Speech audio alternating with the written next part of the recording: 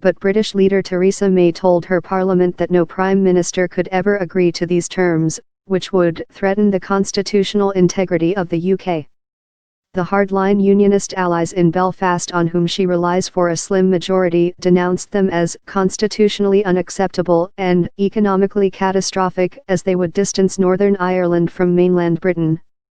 Establishing a common regulatory area with Ireland and 26 other EU states, as the draft treaty proposes, would in effect put the British province in a customs union with the bloc. Northern Ireland shall be considered to be part of the customs territory of the Union, the draft read. Barnier said Britons should not be surprised by a text that merely translated an interim accord with London into legal language.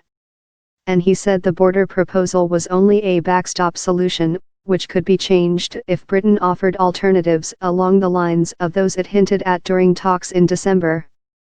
Northern Ireland peace settlement. Britain's vote to leave the EU has undermined one of the pillars of a 1998 settlement that ended decades of violence in Northern Ireland between mostly Catholic Irish nationalists and Protestant unionists favouring continued union with Britain.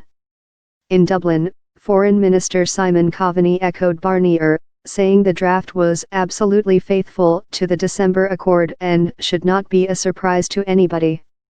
Barnier rammed home that time is short before Britain will be out of the EU in exactly 13 months.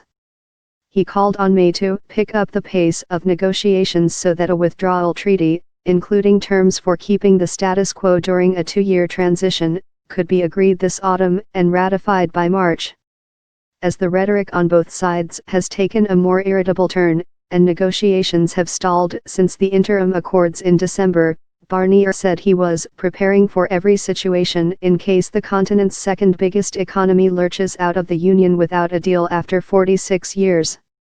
May, who will lay out her vision for a future trading relationship with the EU on Friday and deliver a full response to the withdrawal draft on Monday, said she would work to protect UK unity in the negotiations.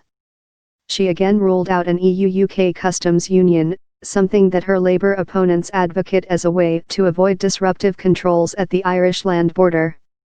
Overall, the work has been progressing well in recent weeks, her spokesman said.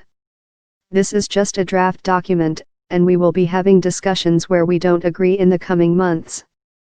Unionists fear new barriers with the British mainland could increase the chances of the Republic, which broke from British rule a century ago, absorbing the province, most of whose 1.8 million people are entitled to Irish, and hence EU, citizenship.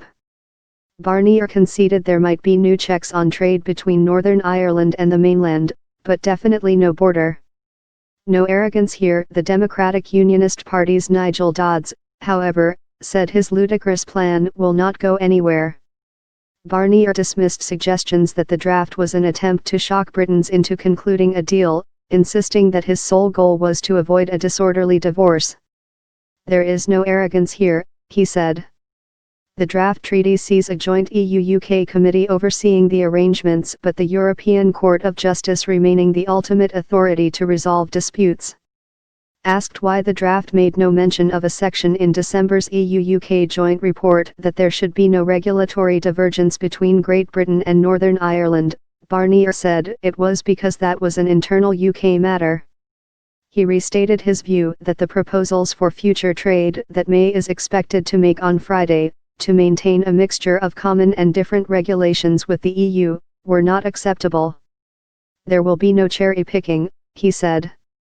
Barnier said he would engage in a new round of negotiations next week and would also meet leaders of Northern Ireland.